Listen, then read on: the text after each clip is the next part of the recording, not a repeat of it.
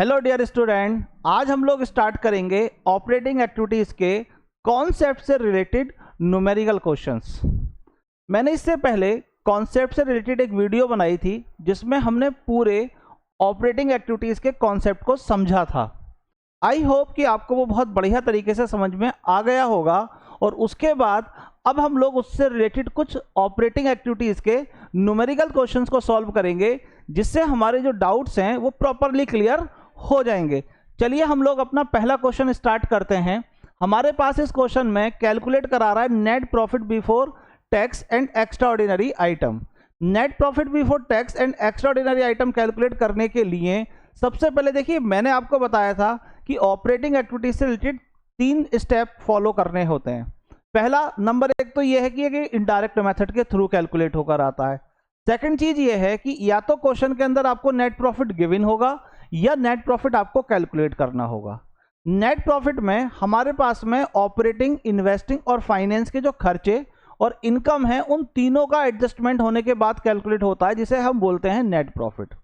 लेकिन क्योंकि हमें ऑपरेटिंग प्रॉफिट कैलकुलेट करना है और वो भी केवल ओनली कैश ट्रांजैक्शंस का करना है, तो नेट प्रॉफिट के थ्रू हम ऑपरेटिंग प्रॉफिट कैलकुलेट करते हैं। तो ऐसे में हम एडजस्टमेंट कर देते हैं नॉन ऑपरेटिंग मतलब इन्वेस्टिंग और फाइनेंस के खर्चों और इनकम का, जो चाहे कैश में हो या नॉन कैश हो, और ऑपरेटिंग वाले की नॉन कैश ट्रांजैक्शंस का एडजस्टमेंट कर जो कैलकुलेट होकर आता है, उसे हम बोलते हैं ऑपरेटिंग प्रॉफिट।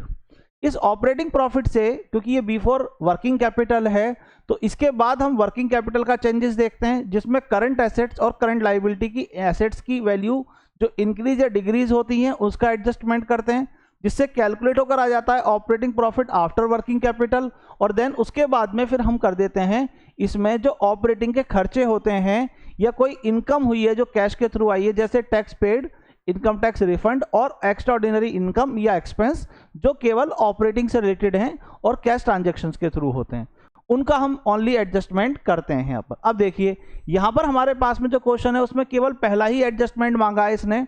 तो यहाँ पर हमारे पास फर्स्ट एडजस्टमेंट के लिए हमें क्या करना पड़ेगा, सबसे पहले अपने सरप्लस के बैलेंस पर जाएंगे। और सरप्लस के बैलेंस का रूल आपको मालूम है कि करंट ईयर और प्रीवियस ईयर का अगर दोनों का बैलेंस गिवन है तो आप उसका डिफरेंस ले लेंगे। तो हमारे पास यहाँ सरप्लस का बैलेंस में जो करंट ईयर का बैलेंस गिवन है वो 7,20,000 रुपीज गिवन है, और प्रीवियस ईयर का जो बैलेंस है वो आपके पास में 4 लाख रुपीज गिवन है। इन दोनों का डिफरेंस निकालेंगे तो आ जाएगा 3,20,000 रुपीज। पहला पॉइंट यहां कवर हो गया। इसके बाद हम एडजस्टमेंट करेंगे इसमें किसके, एडजस्टमेंट ऑफ एप्रोप्रिएशन, यानी कि जो खर्चे हमारे पास में प्रॉफिट में से दिए जाते हैं उनको। तो सबसे पहले आता है ट्रांसफर टू रिजर्व। अब देखिए क्या इसमें क्वेश्चन में कहीं ट्रांसफर टू रिजर्व लिखा हुआ है? नहीं लिखा हुआ है। इसका मतलब इस साल में हमने इस प्रॉफिट में से, यानी कि नेट प्रॉफिट में से रिजर्व में कोई ट्रांसफर नहीं किया। फिर चेक करिए कि प्रोविजन फॉर टैक्स में कोई अकाउंट में ट्रांसफर करा है, तो यहां पर कोई इंफॉर्मेशन ऐसी गिवन नहीं है जो प्रोविजन फॉर टैक्स से रिलेटेड हो। इसके बाद आते हैं हम प्रपोज डिविडेंड पर। तो एडिशनल में कह रहा है कि प्रपोज डिविडेंड ऑन इक्विटी। अब देखिए स्पेसिफिकली वर्ड यूज कर रहा है ऑन इक्विटी, और यहां पर आपके पास में दोनों टाइप के शेयर हैं, इक्विटी भी हैं और प्रीफरेंस शेयर भी हैं। तो जब आपके पास इक्विटी और प्रीफरेंस शेयर दोनों हो और इक्विटी शेयर के डिविडेंड की बात कर रहा है, तो इसका मतलब आपसे थोड़ी सी अकाउंटिंग इंफॉर्मेशन को साइलेंट रख रहा है, छुपा रहा है। उसकी आपकी नॉलेज होनी चाहिए कि आपको मालूम है कि जो प्रॉफिट में गारंटी होती है वो प्रीफरेंस शेयर होल्डर को गारंटी होती है। अगर कंपनी को प्रॉफिट हुआ है तो प्रीफरेंस शेयर होल्डर को पहले डिविडेंड पेड होगा, और उसके बाद जो बचा हुआ प्रॉफिट है उसमें से कंपनी जो है वो इक्विटी शेयर होल्डर को डिविडेंड देती है। और यहाँ पर प्रीफरेंस के बारे में कोई इन्फॉर्मेशन नहीं दे रहा। इसका मतलब ये हुआ कि पहले प्रीफरेंस शेयर होल्डर को पेड हो गया और उसके बाद ये इक्विटी की इन्फॉर्मेशन दे रहा है। तो यहाँ पर हमें इक्विटी का तो गिवन है ही साथ हमें प्रीफरेंस शेयर होल्डर का भी डिविडेंड कैलकुलेट कर और उसको भी एडजस्टमेंट करना है। और उसका रेट ऑलरेडी गिवन है 10%, क्योंकि प्रीफरेंस शेयर होल्डर का जो डिविडेंड का रेट होता है वो फिक्स होता है। तो यहाँ पर हम ऐड करेंगे, एडजस्टमेंट में ऐड करेंगे हम प्रपोज्ड डिविडेंड ऑन इक्विटी। अब कितना है देखिए, आपके पास में 2 ईयर का 2021-22, 2022-23, एक करंट ईयर और एक प्रीवियस ईयर। आपको मालूम है फॉर रूल के अकॉर्डिंगली हमारे पास में प्रीवियस ईयर का लिया जाता है। तो प्रीवियस ईयर का कितना है, 1,60,000 रुपीज। तो 1,60,000 ले लीजिए। फिर इंटीरियम डिविडेंड भी गिवन है आपके पास में, तो add इंटीरियम dividend,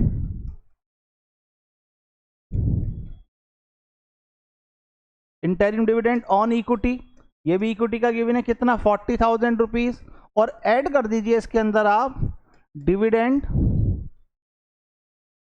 on preference share. और कितना देंगे हम प्रीफरेंस शेयर होल्डर को, तो देखिए प्रीफरेंस शेयर होल्डर का 10% है, बैलेंस कितना है, दोनों सालों में 6 लाख है, ना कोई इंक्रीज हो रहा ना कोई डिक्रीज हो रहा, तो 6 लाख का 10% 60,000 रुपीज हमारे पास में ये आ गया।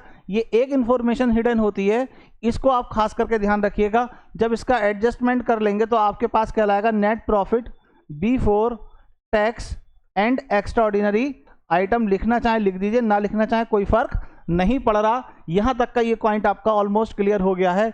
और इसके अंदर एक और इंफॉर्मेशन मैं आपको दे दूं कि अगर फाइनेंशियल एक्टिविटीज में हमारे पास में ये तीनों डिविडेंड लेस होंगे, लेकिन आपको ये ध्यान रखना है यहां लिखा हुआ है अनपेड डिविडेंड, तो जब भी कभी भी क्वेश्चन के अंदर अनपेड डिविडेंड गिवन हो या अनक्लेम डिविडेंड करंट लायबिलिटी में लिखा हो, अदर करंट लायबिलिटी के पार्ट में, तो हमेशा ध्यान रखिएगा इतना डिविडेंड का पेमेंट हमने इस ईयर में नहीं किया है। तो इट मींस हमारे पास में हो गया कि जब आप फाइनेंस में माइनस करोगे तो जो 1,60,000 है इसमें से 20,000 को लेस कर आप कितना मेंशन करेंगे, आप मेंशन करेंगे 1,40,000 का कैश पेमेंट हुआ। ये आपको ध्यान रखना, फाइनेंस से रिलेटेड पॉइंट बनता है ये, ऑपरेटिंग से रिलेटेड यहां पर कोई भी पॉइंट इसका नहीं बनता। चलिए अपने नेक्स्ट क्वेश्चन पर चलते हैं। हमारे पास नेक्स्ट क्वेश्चन है, इसमें बैलेंस शीट आपके पास गिवन है।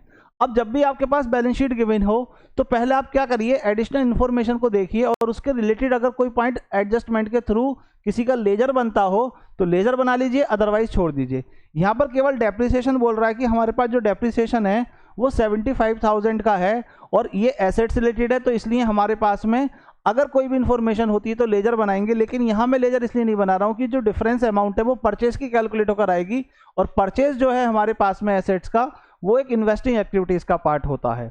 अब स्टार्ट करते हैं, कुछ भी गिवन नहीं है, सीधा कैलकुलेट करवा रहा है आपसे operating profit before working capital, यानी कि आपको वर्किंग कैपिटल तक का निकालना है। तो सबसे पहले आप किस पर जाएंगे, सबसे पहले आप नोट करेंगे सरप्लस का बैलेंस, आपके पास में कितना सरप्लस का बैलेंस गिवन है।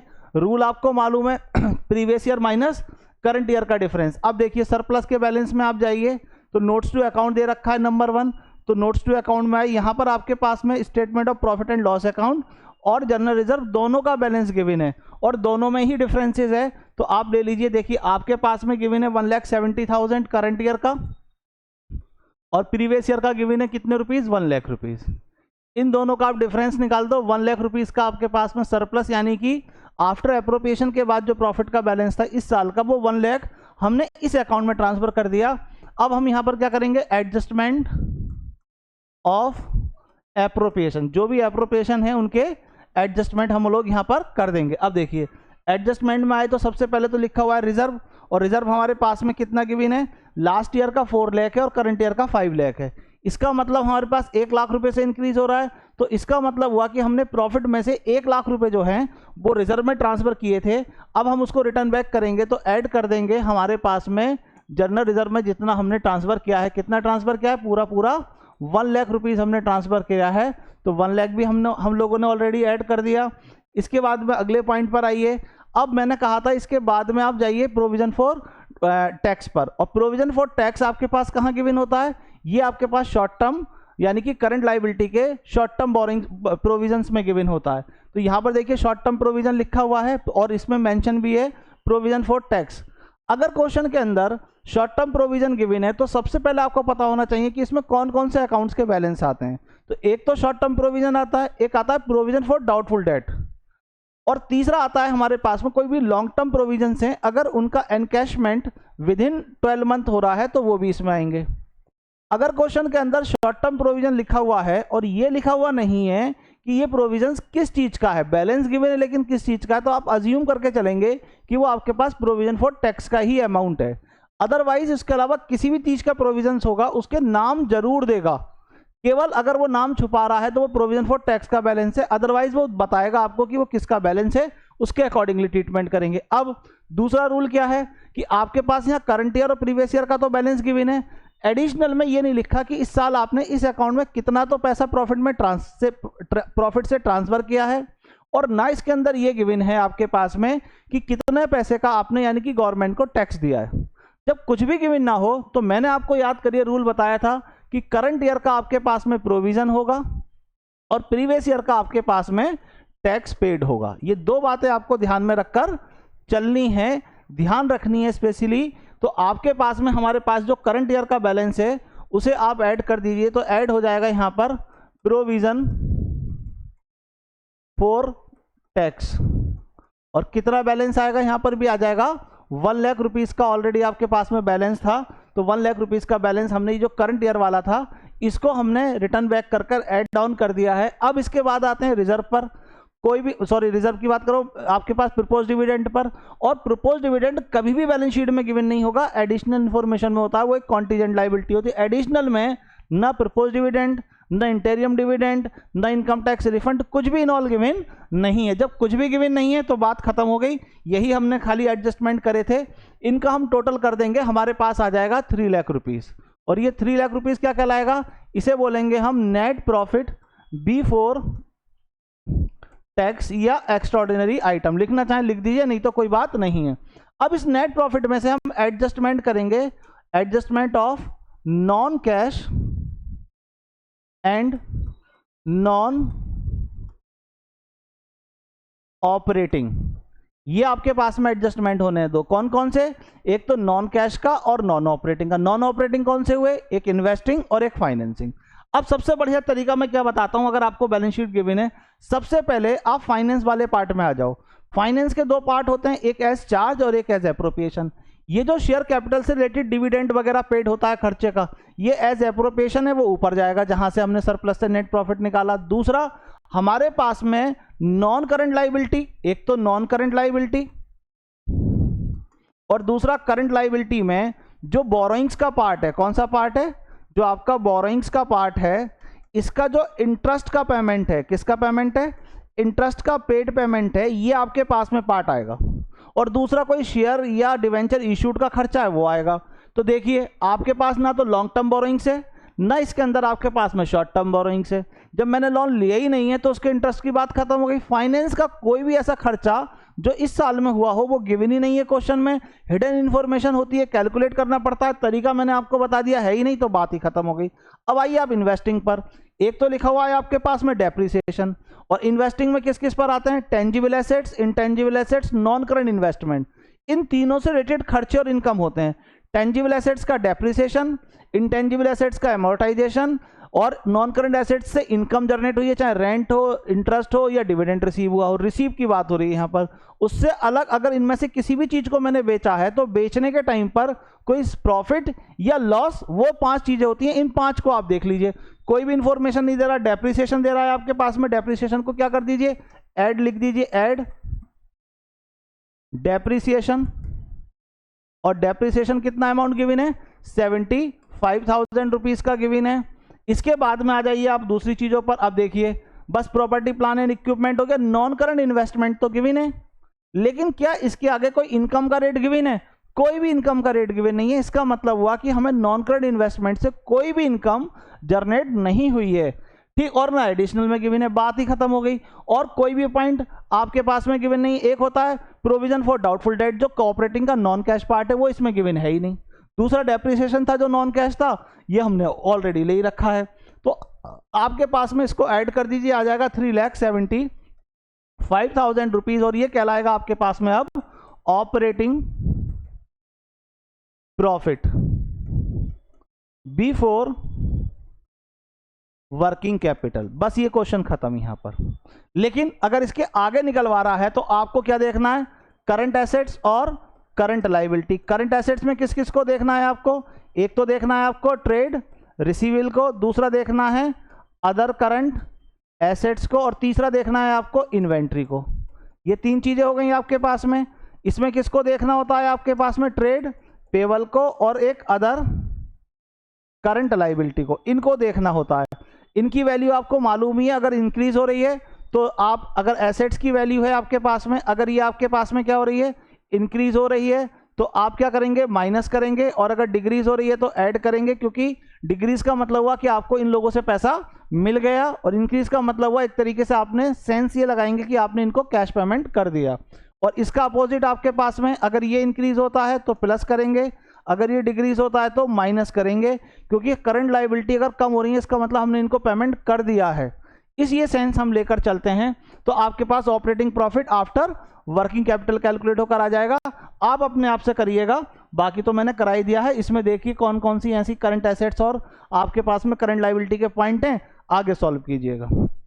अगले पॉइंट पर आते हैं हम, अगले क्वेश्चन पर। देखो एक बात जरूर ध्यान रखना बच्चों, अगर आप किसी भी क्वेश्चंस को कर रहे हैं, कंप्लीट करने के बाद उसके प्रोसेस को फॉलो करना कि हमने कैसे चीज़ों को निकाला है। किसी भी अकाउंट्स के बैलेंस में अगर मान लीजिए सरप्लस से लेकर आप नेट प्रॉफिट निकालते हो तो कम से कम 5 या 6 एडजस्टमेंट गिवन होते हैं। क्वेश्चन में नॉर्मली सारे एडजस्टमेंट गिवन नहीं होते, बल्कि उसमें से 3 या 2 एडजस्टमेंट गिवन होंगे, बाकी गिवन नहीं होंगे। अब आप जो बचे हुए एडजस्टमेंट हैं जो गिवन नहीं है उनको एक बार रिकैप कर लीजिए, अगर ये गिवन होते तो मैं इनका क्या करता। उससे क्या होता है कि हमारी जो नॉलेज होती है उसका रिपीट होती रहती है वो, और रिपीटली होने से क्या होता है कि वो आपके माइंड में सेट हो जाती है, क्योंकि किसी क्वेश्चन में वो कुछ वैल्यू रखेगा, किसी में कुछ रखेगा। अगर आपने केवल क्वेश्चन को सॉल्व करा है और उसके कॉन्सेप्ट को रिपीट नहीं करा है तो जब अगले क्वेश्चन में आप जाएंगे तो आप अटक जाएंगे, आपको उसे सॉल्व करने में प्रॉब्लम्स आएगी। और आप 10 घंटे मत पढ़िए, आप 2 घंटे पढ़िए, अकेले में बैठिए एकांत में आराम से रिलैक्स होकर, और वहाँ 2 घंटे का 100% एफर्ट लगाइए। पहले जब आप पढ़ना शुरू करें तो पहले उसके कॉन्सेप्ट को रिपीट कर लें, जब आप क्वेश्चंस को कंप्लीट कर लें तो उसके बाद उसके प्रोसेस को रिपीट करें कि मैंने कैसे कैसे इसे सॉल्व करा, और जो चीज़ें ट्रांजैक्शन गिवन थी उनका ऐसे एडजस्टमेंट हुआ। अगर इसी टॉपिक में कुछ और ट्रांजैक्शंस थी तो उनके नाम क्या थे और उनके क्या एडजस्टमेंट होते, ये आपको समझ के और करके चलना है। इससे आपको दिक्कत और प्रॉब्लम ऐसे नहीं आती है। अगले क्वेश्चन पर आते हैं। हमसे पूरा कह रहा है कि ऑपरेटिंग एक्टिविटीज कैलकुलेट करके दिखाइए, मतलब सारी चीजें पूछ रहा है। अकाउंट्स के केवल बैलेंस दे रहा है, कोई बैलेंस शीट नहीं दे रहा। अब आपको यहाँ पर यहाँ से लेके यहाँ तक चारों स्टेप को फॉलो करना है, जिसमें पहला स्टेप आपके पास क्या बनेगा, पहले आप जाएंगे सरप्लस के बैलेंस पर। वो तो आपको ऑलरेडी मालूम ही है कि अगर मेरे पास नेट प्रॉफिट गिवन नहीं है तो पहले मैं किस पर जाऊंगा, सरप्लस के बैलेंस पर जाऊंगा। और मेरा सरप्लस का जो यहाँ बैलेंस है वो देखिए आपके पास में क्या गिवन है, आपके पास में यहाँ पर देखिए फिर sir balance of profit and loss account का मतलब सरप्लस का बैलेंस हुआ, और इसमें आपके पास में दोनों ईयर का गिवन है, करंट ईयर और प्रीवियस ईयर। तो आपके पास में ये हुआ प्रीवियस ईयर और ये हुआ आपके पास में करंट ईयर। तो आपके पास में करंट ईयर का कम है और प्रीवियस ईयर का ज़्यादा है, तो 2,50,000 में से मैं क्या करूँगा, माइनस कर दूंगा 3 लाख रुपीज़ को। तो मेरा अब की बार जो बैलेंस कैलकुलेट होकर आएगा वो निगेटिव बैलेंस आएगा। कितना अमाउंट आएगा, 50,000 का। जब मेरा निगेटिव बैलेंस है तो मुझे क्या करना है, इसको ब्रैकेट करना है। क्या करना है, ब्रैकेट करना है। इसके बाद में नेक्स्ट पॉइंट पर आप आ जाइए तो देखिए आपके पास प्रोविजन फॉर डेप्रिसिएशन है, ये हमारे पास में एस चार्ज की कंडीशन में जाएगा। Outstanding wages, prepaid, goodwill, provision for doubtful debt, balance of trade receivable और cash and cash at bank. इसमें से कोई भी ऐसा बैलेंस नहीं है जो सरप्लस के थ्रू एडजस्टमेंट एप्रोप्रिएशन हो। तो जब कोई भी हमारे पास में एडजस्टमेंट ऑफ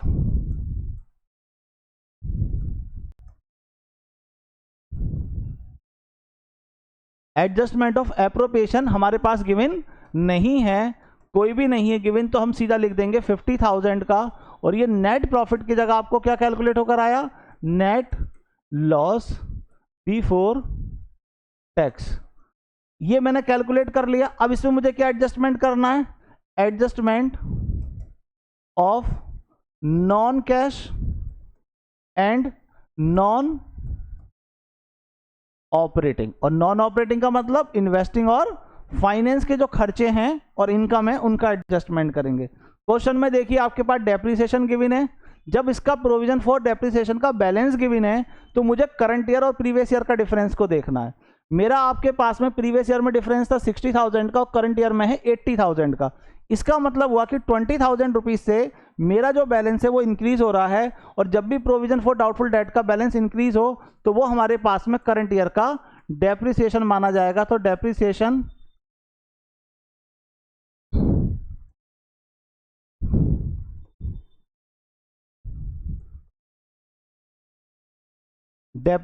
आपके पास में 20,000 आ गया, पहले इनर कॉलम में लिख लेते हैं, बाकी सबको बाद में एडजस्टमेंट कर देंगे। इसके बाद में आउटस्टैंडिंग वेजेस हमारे लिए करंट लायबिलिटी है, प्रीपेड हमारे लिए करंट एसेट्स है। गुडविल का हमारे पास चेंज देख लीजिए, क्योंकि एक इंटेंजिबल एसेट्स है। किसी भी टेंजिबल एसेट्स और इंटेंजिबल एसेट्स की कोई इन्फॉर्मेशन गिवन ना हो, दो रूल को ध्यान रखिए। अगर आपके पास में टेंजिबल और इंटेंजिबल एसेट्स की वैल्यू इंक्रीज हो रही है तो वो आपके पास परचेज मानी जाएगी, और डिक्रीज हो रही है तो वो डेप्रिसिएशन या एमोर्टाइजेशन माना जाएगा, एक्सेप्ट लैंड। लैंड को छोड़कर ये आपको ध्यान में रखकर चलना पड़ेगा, क्योंकि लैंड पर, प्लेन लैंड पर आपका कोई डेप्रिसिएशन चार्ज नहीं होता। और यहाँ पर वैल्यू हमारे पास में 8,000 रुपीज से रिड्यूस हो रही है, तो आपके पास में जो गुडविल है वो आपके पास एमोर्टाइजेशन हो गया। तो एमोर्टाइजेशन ऑफ गुडविल कितने अमाउंट से? 8,000 रुपीज से। इसके बाद में नेक्स्ट पॉइंट पर जाइए आप, तो आपके पास में गुडविल हो गया। प्रोविजन फॉर डाउटफुल डेट, इसको ले लीजिए, क्योंकि ये भी आपके पास में एक नॉन कैश ट्रांजैक्शन है, ऑपरेटिंग की नॉन कैश ट्रांजैक्शन। और मैंने बताया था कि अगर प्रोविजन का बैलेंस आपके पास में इंक्रीज हो रहा है तो आपको ऐड करना है, और इसका डिफरेंस अगर डिक्रीज हो रहा है तो आपको लेस करना है। चेक कर लेते हैं, यहाँ पर आपके पास में 4,000 से बैलेंस इंक्रीज हो रहा है, तो इसलिए हम क्या करेंगे, इसको हम ऐड कर देंगे। तो ऐड आपके पास में प्रोविजन फॉर डाउटफुल डेट, और कितना अमाउंट था? अमाउंट चेक कर लेते हैं, 4,000 रुपीज। तो 4,000 रुपीज हमारे पास में ये आ गया। अगले पॉइंट पर जाइए, आपके पास में और कोई बैलेंस इन ऑल गिवन नहीं है, क्योंकि ये भी करंट एसेट्स का ही पार्ट होता है। ऑलरेडी हमारे पास सारे एडजस्टमेंट हो गए हैं, और इसको आप ऐड कर लीजिए, 32,000 रुपीज। और 32 अब जब मैं ऐड करूंगा तो ऊपर बैलेंस निगेटिव में है, तो 18,000 मेरा निगेटिव बैलेंस आ जाएगा, और ये बनेगा अब operating profit before working capital. ये कैलकुलेट होकर आ गया मेरे पास। अब मुझे करंट एसेट्स और करंट लाइबिलिटी का एडजस्टमेंट करना है। अब चेक कर लेता हूं, मेरे पास में सबसे पहले आउटस्टैंडिंग वेजेस, जिसकी वैल्यू आपके पास प्रीवियस ईयर में 18 थी और करंट ईयर में आपके पास में 15,000 है। 3,000 से वैल्यू मेरी डिक्रीज हो रही है, और जब भी करंट लाइबिलिटी मेरे पास में कम होती है तो मुझे क्या करना होता है? जब भी मेरी करंट लाइबिलिटी की वैल्यू डिक्रीज होगी तो मुझे उसे लेस करना है। तो यहां पर आपके पास में लिख देंगे डिक्रीज इन, क्या था? Outstanding wages. और कितने अमाउंट से डिक्रीज हो रही है? तो आपके पास में डिक्रीज हो रही है 3,000 रुपीज से, तो यहां पर आ जाएगा 3,000 रुपीज, और ब्रैकेट कर दूंगा, क्योंकि हमारे लिए जो लेस का लिए बैलेंस होता है उसके लिए हम निगेटिव का यूज करते हैं, यानी कि ब्रैकेट का यूज करते हैं। अगले पॉइंट पर आ जाइए, आपके पास में फिर गिवन है प्रीपेड एक्सपेंसेस। लास्ट ईयर 6,000 के थे, अब 9,000 के हो गए, 3,000 से इंक्रीज हो रहे हैं। और जब भी करंट एसेट्स इंक्रीज होती हैं हम उन्हें लेस करते हैं। हम मानते हैं कि हमारा कैश यूज्ड हुआ है, तो यहां पर हम लिख देंगे less increase in prepaid expenses. और कितना अमाउंट था? तो डिफरेंस है हमारे पास में, डिफरेंस है हमारे पास में 3,000 रुपीज का। तो प्रीपेड एक्सपेंसेस 3,000 रुपीज का, तो 3,000 रुपीज हमारे पास में ये आ गए, इसको भी आप लिख दीजिए। इसके बाद में नेक्स्ट पॉइंट पर आ जाइए, आपके पास ट्रेड रिसीवेबल गिवन है। लास्ट ईयर 1,40,000 के थे और अब आपके पास 98 के हो गए। इसका मतलब 42,000 से आपके करंट एसेट डिक्रीज हो रही है, और जब भी करंट एसेट डिक्रीज होती है आप उसे क्या करते हैं? ऐड करते हैं। तो ऐड हमारे पास में decrease in trade receivable 42,000 rupees. और अब इसका हमें क्या करना है? डिफरेंस कैलकुलेट कर लेता है, क्योंकि कोई और वैल्यू इसमें गिवन नहीं है। तो 6,000 लेस कर देंगे तो आ जाएगा 36,000 रुपीज, और इसमें से 36 का एडजस्टमेंट करेंगे तो 18,000 का प्रॉफिट आ जाएगा। और यहां लिखेंगे हम आपके पास में operating profit after working capital. ये कैलकुलेट होकर आपके पास में आ गया, और यहां पर कोई टैक्स गिवन नहीं है अमाउंट, तो टैक्स पेड हमारे लिए हो जाएगा यहां पर नील। और आपके पास में 18,000 रुपीज का क्या हो गया? कैश इनफ्लो हो गया। क्या हो गया? कैश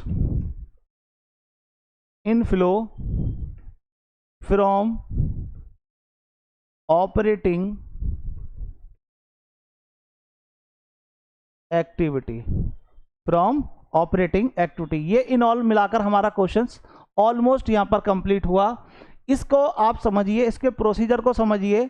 सारी बैलेंस आपको नहीं देता है, लेकिन मैं आपको बार बार बोल रहा हूं, आप उसके फॉर्मेट में जो चीज़ें आ गई हैं उन्हें लीजिए, और जो नहीं आई हैं उनको एक बार अपने माइंड में प्रोसीजर में ले लीजिए, जिससे आपकी चीज़ें ऑलमोस्ट क्या होगा, क्लियर होती चलेंगी। जैसे जैसे आप क्लियर करते चलोगे, आपको ज़्यादा क्वेश्चन अटेंड करने की जरूरत नहीं पड़ेगी, और 100% आप अपने कॉन्सेप्ट को क्लियर कर लेंगे। चलिए हमारे पास में नेक्स्ट क्वेश्चन देखिए, बहुत अच्छा और इंटरेस्टेड क्वेश्चन है, एक लॉन्ग क्वेश्चन है। इसमें हम देखते हैं ऑपरेटिंग एक्टिविटीज को कैलकुलेट कर कर। ये पूरी बैलेंस शीट इस साइड में आ गया है और इसकी एडिशनल हमने इस साइड में ले ली है। सबसे पहले हमारे पास में अगर मुझे ऑपरेटिंग एक्टिविटी कैलकुलेट करनी है, तो मैंने आपको बताया था कि आपको क्या करना है, सबसे पहले सरप्लस के बैलेंस पर जाना है। किसके बैलेंस पर जाना है? सरप्लस के बैलेंस पर। तो आप लिख दीजिए यहां पर,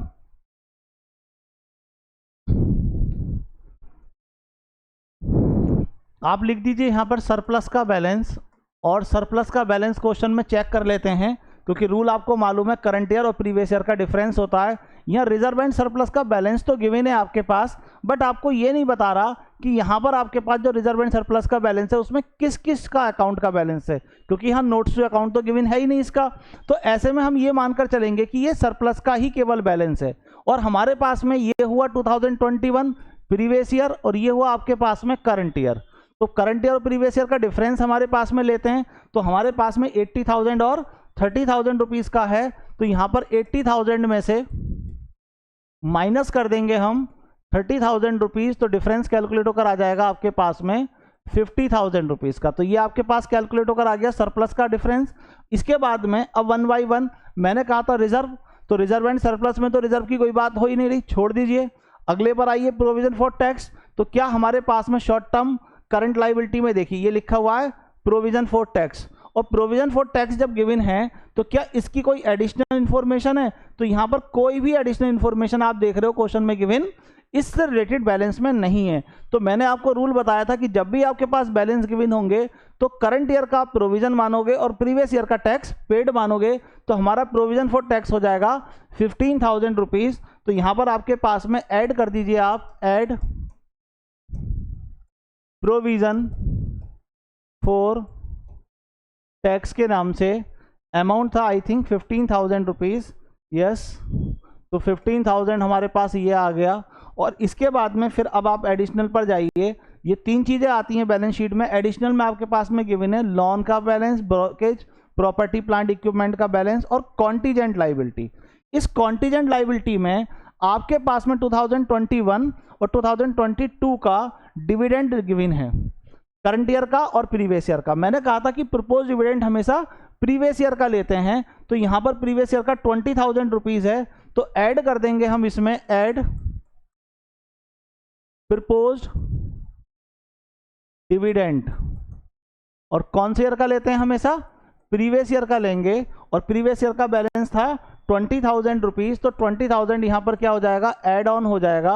और इसके बाद में देख लीजिए क्या कोई इनकम टैक्स रिफंड या एनी अदर कोई पॉइंट गिवन है? कोई भी पॉइंट इसमें गिवन नहीं है, बस ये 3 एडजस्टमेंट है। तो मैंने कहा देखो 6-7 एडजस्टमेंट है, 3 ओनली इसमें गिवन है, 3 को ले लिया, 3 को आप रिपीट कर लीजिए। जैसे इंटीरियम डिविडेंड, इनकम टैक्स रिफंड, ठीक, एक्स्ट्राऑर्डिनरी इनकम एक्सपेंसेस, ठीक, और ट्रांसफर टू रिजर्व। इसमें से कोई भी गिवन नहीं है, लेकिन जैसे मैंने बोला अगर इस तरीके से आपको याद है तो आप समझ लीजिए कि आपका कॉन्सेप्ट बहुत अच्छे तरीके से क्लियर हो रहा है, आपको सारी चीजें इन ऑल आती हैं। 6 और 2 8, 85,000 का आपके पास कैलकुलेट होकर आ गया। क्या ये कैलकुलेट होकर आ गया आपके पास में नेट प्रॉफिट बिफोर टैक्स। अब ये नेट प्रॉफिट तो तीनों चीजों का मैंने बताया था एडजस्टमेंट है। तो आपको क्या करना है, अब आपको करना है इसमें adjustment of non cash and non operating. और नॉन ऑपरेटिंग कौन से हो गए? इन्वेस्टिंग और फाइनेंसिंग। रूल को वही दिमाग में रखना है आपको। अब सबसे पहले आप क्या जाइए, लॉन्ग टर्म बोरिंग्स पर जाइए। इसका नोट्स टू अकाउंट गिवन है, नंबर 1 के इसके नोट्स टू अकाउंट पर आइए। यहां लिखा 15% लोन। लास्ट ईयर में तो आपके पास 75,000 का था, और इस साल आपके पास में गिवन ही नहीं है। इसका मतलब हुआ कि आपने 75,000 का पेमेंट कर दिया, लेकिन पेमेंट किस डेट में करा? अगर मेरे ईयर के स्टार्टिंग में मैंने पेमेंट कर दिया तो मैं थोड़ा दूंगा इंटरेस्ट इस साल में। इस साल में कोई भी इंटरेस्ट पेड नहीं होगा, पॉइंट नंबर 1। पॉइंट नंबर 2 आपके पास में, अगर मैंने क्या करा है मैंने यहाँ पर जो इंटरेस्ट का पेमेंट है वो अगर मैंने ईयर के एंड में लोन का पेमेंट करा है तो पूरे 75,000 पर दूंगा, और अगर मैंने कोई टाइम पीरियड में करा है जैसे जुलाई है, अगस्त है, सितंबर है, तो अप्रैल से लेकर जिस डेट तक ये इंटरेस्ट पेमेंट हुआ है उस टाइम पीरियड के मंथली बेसिस पर आप इसका पेमेंट कर देंगे। जैसे यहाँ कह रहा है कि डिविडेंड आपके पास लोन वॉज पेड ऑन 1 अप्रैल, यानी कि आपने ईयर के स्टार्टिंग में ही पेड कर दिया, तो इसका मतलब मुझे इस पर कोई भी इंटरेस्ट पेड नहीं करना है, बात हो गई खत्म। इसके बाद शॉर्ट टर्म बोरिंग्स पर आ जाइए आप, तो इसका भी नोट्स टू अकाउंट गिवन है। अब इसके नंबर 2 पर गिवन है आपके पास में बैंक ओवरड्राफ्ट, तो क्या इसके इंटरेस्ट की कहीं बात कर रहा है? इसके इंटरेस्ट की कहीं बात नहीं कर रहा, तो इसका मतलब लॉन्ग टर्म बोरोइंग्स और शॉर्ट टर्म बोरोइंग्स ये दोनों चीजें आपके पास गिवन तो हैं, बट इनके इंटरेस्ट की कोई बात नहीं हो रही है। और एडिशनल में कोई भी हमारे पास जो फाइनेंस का एक्सपेंस है, ब्रोकेज पेड, कमीशन पेड या एनी अदर एक्सपेंसेस, कुछ भी गिवन नहीं है, नथिंग एल्स। आपके पास में फाइनेंस से रिलेटेड इस साल में कोई भी कैश पेमेंट या नॉन कैश ट्रांजैक्शंस गिवन नहीं है, तो हमारा कोई भी एडजस्टमेंट नहीं होगा। सेकंड पॉइंट पर आइए आप, किस पर? नॉन करंट एसेट्स जो इन्वेस्टिंग का पार्ट होता है, प्रॉपर्टी प्लांट एंड इक्विपमेंट में। अब देखिए यहां तो कोई एडिशनल में गिवन है ही नहीं, यहां पर आपके पास में गिवन है प्रॉपर्टी प्लांट एंड इक्विपमेंट का नोट्स टू अकाउंट में 3, और यहां पर आपके पास प्लांट एंड मशीन और एक्यूमुलेटेड डेब्ट दोनों का बैलेंस गिवन है। तो जब प्लांट एंड मशीन और एक्यूमुलेटेड डेब्ट का बैलेंस तो गिवन है, लेकिन क्वेश्चन में ये नहीं बता रहा आपको कि आपके पास में कोई एडिशनल इंफॉर्मेशन है क्या।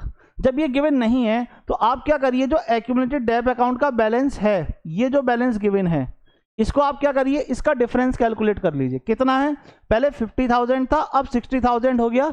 इसका मतलब 10,000 से एक्यूमुलेटेड डेब्ट का बैलेंस आपका इंक्रीज हो रहा है, और जब एक्यूमुलेटेड डेब्ट का बैलेंस आपका इंक्रीज हो रहा है तो इसका मतलब हुआ कि आपको क्या करना है, ये आपका करंट ईयर का डेप्रिसिएशन हो गया। तो यहां पर ऐड करेंगे, ऐड डेप्रिसिएशन ऑन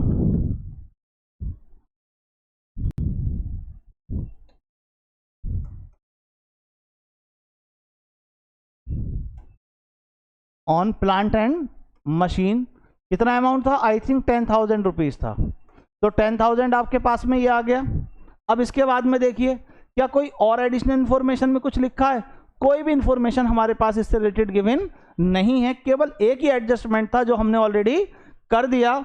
अब इसको हमें क्या करना है, इसको हमें ऐड करना है। हमारे पास हो गया 95,000 रुपीज, और ये कहलाएगा हमारे पास में ऑपरेटिंग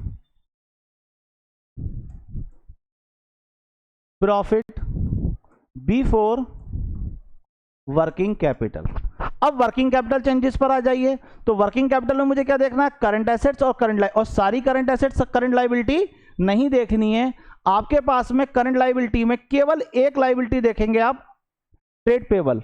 दूसरी कौन सी है? दूसरी अदर करंट लायबिलिटी, तो वो इस क्वेश्चन में गिवन ही नहीं है। तो करंट लायबिलिटी में ट्रेड पेबल की आप बैलेंस को देखिए, लास्ट ईयर 96,000 था, अब 1,50,000 है। इसका मतलब हुआ कि आपके पास में अगर इनका आप डिफरेंस कैलकुलेट करेंगे तो 54,000 रुपीज का डिफरेंस हुआ, और 54,000 से ये क्या हो रहा है? इंक्रीज हो रहा है।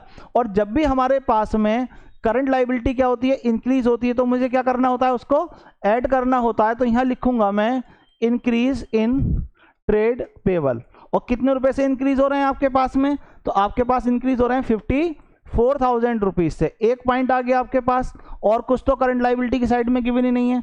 अब आ जाइए आप करंट एसेट्स की साइड में, तो देखिए करंट एसेट्स में आपके पास में ये आ जाइए इन्वेस्टमेंट। करंट इन्वेस्टमेंट हमेशा कैश एंड कैश इक्विवेलेंट का पार्ट माने जाते हैं, तो हमारा इससे कोई रिलेशन नहीं है। दूसरा इन्वेंट्री से हमारा रिलेशन है, और इन्वेंट्री लास्ट ईयर में थी 3 लाख रुपीज की, अब हो गई 90,000 रुपीज की। इसका मतलब जो इन्वेंट्री है वो 30,000 से इंक्रीज हो रही है, और जब मेरी इन्वेंट्री 30,000 से इंक्रीज हो रही है तो मुझे क्या करना है? लेस करना है, क्योंकि आपके पास में इंक्रीज इन इन्वेंट्रीज जब मेरे पास इंक्रीज हो रही है तो मैं ये मानकर चलूंगा कि मेरे पास में कैश आउटफ्लो हो रहा है, तो यहां पर 30,000 से मैं इसे लेस कर दूंगा, माइनस कर दूंगा। और इसके बाद में फिर आ जाइए आप सेकंड पॉइंट पर, ट्रेड रिसीवेबल भी इसी का पार्ट है, और इसकी वैल्यू लास्ट ईयर थी 65, अब हो गई 97,000 रुपीज। और 65 और 97,000 का अगर मैं डिफरेंस कैलकुलेट करूं तो मेरे पास में आई थिंक आएगा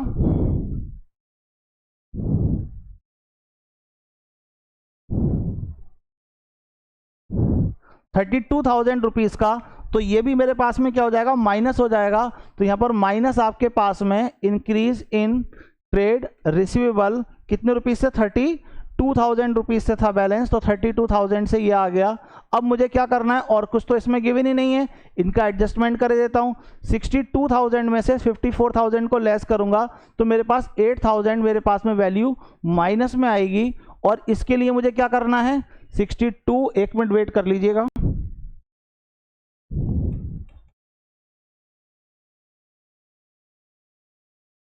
ठीक 8,000 ही आएगा आपके पास में।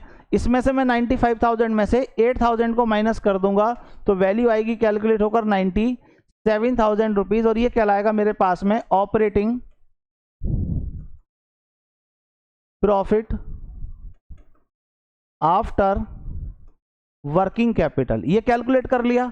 अब मुझे क्या लेस करना है, मुझे लेस करना है टैक्स पेड,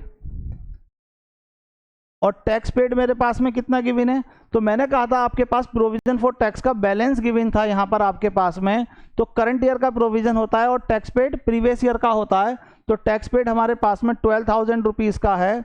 और आपके पास इस क्वेश्चन में ना तो इनकम टैक्स का रिफंड गिवन है, अगर होता तो हम उसे ऐड कर देते, ना कोई एक्स्ट्रा ऑर्डिनरी इनकम और एक्सपेंसेस जो ऑपरेटिंग से रिलेटेड है ना वो गिवन है। ये मैं इसलिए बोल रहा हूं ताकि आपको प्रोसीजर में ये चीजें भी ध्यान में रहें करते टाइम पर।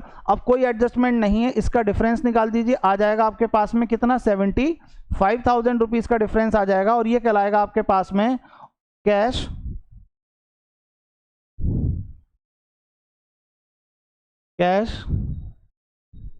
फ्लो